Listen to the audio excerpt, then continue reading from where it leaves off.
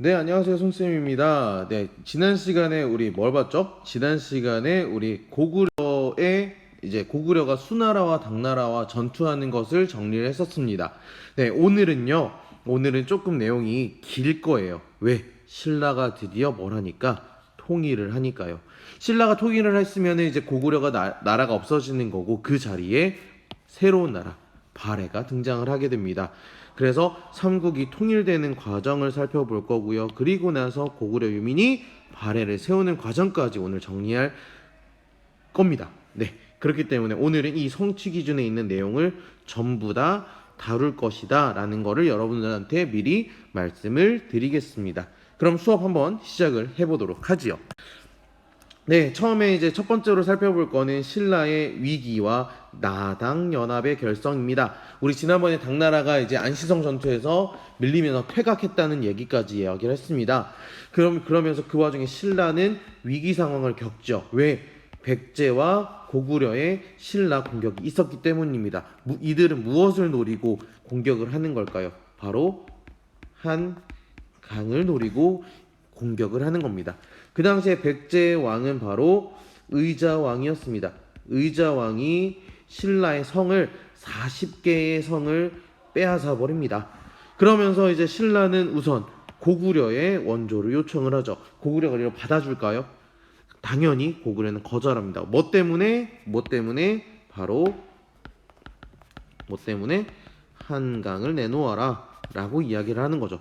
기존에 고구려는 충주 고구려비를 만들 정도로 그 충청도까지 내려오면서 한강을 차지했던 나라였어요. 근데 그걸 이미 신라한테 뺏겼는데 신라가 도와달라고 하면 도와줄까요? 안 도와주겠죠. 그래서 한강을 이유로 나중에 네 한강 다시 주면은 내가 도와줄게 라고 했는데 당연히 도와줄 리가 없다. 그래서 찾았던 게 신라 김춘추가 당나라에 갑니다. 당태종과 협상을 해서 나당연합이라는 것을 결성을 하게 됩니다. 이해하시겠습니까? 네, 신라의 김춘추는요 어떤 사람이냐면 신라의 김춘추는 우리 골품제 할 때 공부했는데 이 사람은 진골이에요. 진골 귀족이었다라고 생각을 하시면 됩니다. 진골 귀족이 대표로 나가서 당나라 황제와 협상을 해서 얻어낸 게 바로 나당연합이다 라고 보시면 될 것 같습니다. 넘어갈게요. 그렇다면 그 나당연합을 가지고 어떻게 백제를 먼저 공격을 하게 되었는가를 살펴봐야겠는데 나당연합군이 백제를 공격합니다. 이 싸우는 과정에서 백제 장군이었던 누가? 계백 장군이 황산벌에서 전투를 합니다. 황산벌에서 끝까지 싸워요. 하지만 황산벌 전투에서 계백이 패하면서 사비성이 함락되고 백제가 역사 속으로 사라지게 됩니다. 왜냐면 그 당시에 백제의 모습을 살펴보시면 의자왕이 궁녀와 더불어 술 마시고 그치지 아니하고 그러면서 신하가 비판하니까 그를 옥에 가두고 그러면서 문제점을 말하는 사람이 없었다. 그리고 의자왕이 좌평을 삼고 시급을 주었다. 이 서자라고 하는 거는 아들이에요. 아들이 41명이나 됐다라는 거겠죠. 그러면서 이렇게 백제 멸망 당시의 백제 모습이 굉장히 안 좋았다. 백제가 안 좋은 상황이었다라고 이야기를 역사책에는 기록이 되어 있기는 합니다. 그런데 이 기록을 했던 참고로 이 기록을 썼던 이 김부식은요. 네, 이 사람은 경주 김씨 사람이에요. 그러니까 이 사람은 신라의 편에서 이 책을 삼국사기라는 책을 썼다라는 겁니다. 이 김부식은 고려시대 사람이고요. 이 사람이 뿌리가 신라에 있기 때문에 백제를 좀 더 안 좋게 보지 않았나라고 하는 모습도 보여진다라고 생각하시면 되겠습니다. 백제가 그럼 망하고 가만히 있었을까? 백제가 다시 일어나기 위한 부흥운동도 합니다. 백강전투에서 하지만 패배를 하게 되는데 이 백강전투에는 참고로 백강전투에는 일본의 지원이 있었다. 네, 일본의 지원이 있었는데도 불구하고 나당연합군에 패배하고 결국에는 실패로 돌아가면서 역사 속으로 사라진 백제의 모습을 살펴볼 수 있습니다. 넘어갈게요. 그럼 이제 남은 거는 하나죠? 어디죠? 바로 고구려입니다. 네. 백제까지 멸망시킨 상황에서 나당 연합군은 누구를 공격한다? 고구려를 공격합니다. 이 당시에 고구려 상황이 어땠느냐? 우리 고구려 정변을 통해서 권력을 잡았던 사람이 있었다 그랬죠? 누구? 연계 소문이 죽었어요.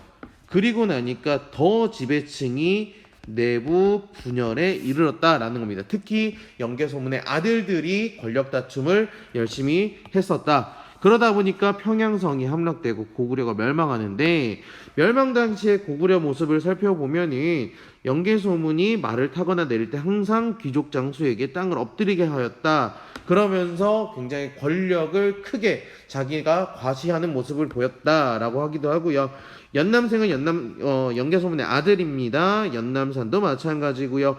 그러면서 굉장히 여러 차례 아들들한테 벼슬을 주는 그런 모습이 보입니다. 그러다 보니까 연남생과 연남산이 아버지가 돌아가신 뒤에 대립을 했었다라고 보시면 될 것 같아요. 근데 이 책 또한 여기 보면 이건 묘지명이지만 이 책 또한 김부식이 썼다라는 거 요것도 참고해 주시면 될 것 같아요. 자, 그러면서 고구려가 멸망을 하게 되고요. 부흥운동 무조건 하겠지요. 건모잠이란 장군, 그리고 마지막 왕이었던 보장왕의 서자였던 안승이 등장을 했으나 요것 또한 실패를 하면서 고구려도 역사 속으로 사라지게 됩니다. 역사 그리고 났더니 당나라가 이제 처음에 약속, 그래 니네 도와줄게 라고 했더니 그게 아니었던 거죠. 당나라가 욕심을 부리기 시작합니다.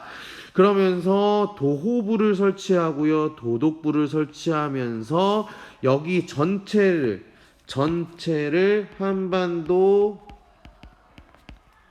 전체를 차지하고자 하는 욕심을 부리기 시작을 합니다. 그러니 신라도 가만히 있으면 안 되겠죠. 신라는 오히려 고구려 부흥군과 함께 당나라를 선제 공격합니다. 이때 고구려 부흥군을 이끌었던 사람이 앞서 봤었던 서자 안승입니다. 그러니까 당을 선제 공격하니까 당연히 당나라가 침략을 하겠죠. 근데 신라는 여기 매소성과 기벌포 전투에서 당나라를 격퇴하면서 이제 요 지역을 기반으로 통일을 완성을 한다. 매소성이 어디냐? 바로 여기에 있습니다. 우리 수원보다는 조금 아래에 있고요. 기벌포는 저기 전라도 쪽에 있었다. 요 지역을 차지하고 막아내면서 이제 삼국통일을 완성하는 신라의 모습을 살펴볼 수 있다라고 여러분들 정리하시면 될 것 같습니다. 넘어갈게요. 그렇다면 이 나당 전쟁과 삼국통일은 어떤 의미를 갖고 있는가를 봤을 때 민족문화의 기틀을 마련했다라는 긍정적인 평가도 있고요. 당나라가 침략하려고 했던 걸 좌절시켰다는 긍정적인 평가도 있습니다. 하지만 통일하는 과정에서 우리나라 스스로 한 게 아니라 외세를 끌어들였다는 비판점도 있고요. 그리고 영토를 보면은 고구려 영토가 상실되었다는 한계도 가지고 있다라는 겁니다.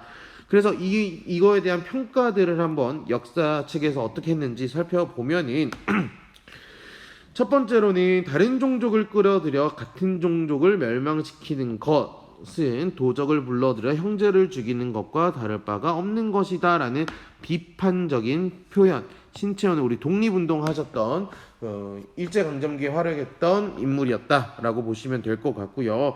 그 다음에 신라가 백제와 고구려 두 나라 사이에 있어 북쪽과 서쪽에 쳐들어오니 평안한 한 해가 없었다.